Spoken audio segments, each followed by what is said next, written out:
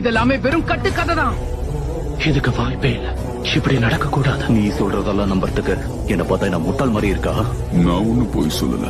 ஹிட்டாச்சிய பத்தி நான் சொன்ன எல்லாமே உண்மைதான். அவன் சாஸ்கேக்கு மட்டும் இல்லாம ஹிடன் லீஃப் வில்லேஜ்காகவே தன்னுடைய உயிரை விட்டான்.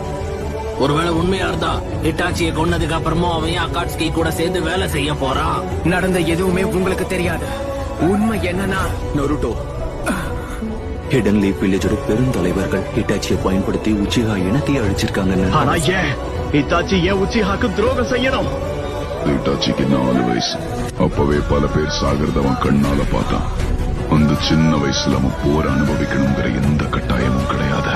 அதனாலே ஊரோட நிம்மதியும் சமநிலையும் முக்கியங்கிறது அவனுடைய ஆழ் மனசுல பதிய ஆரம்பிச்சது.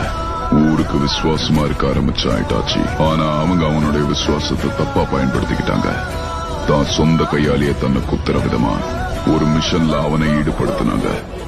உச்சியா கிளான்ல ஒருத்தர் விடாம எல்லாரையும் அழிக்கிறது. இந்த மிஷனை பத்தி கேட்டதுக்கு அப்புறம் அவனுடைய மனநிலை எப்படி இருந்திருக்கும்னு தெரியுமா? வேற வழியே இல்லாம இந்த முடிவெடுக்காம தள்ளப்பட்டான். நீ ஹிட்டாச்சியா இருந்தா அப்ப என்ன பண்ணிருப்ப? எல்லா பழியும் தான் தோள் மேல சுமந்தான்.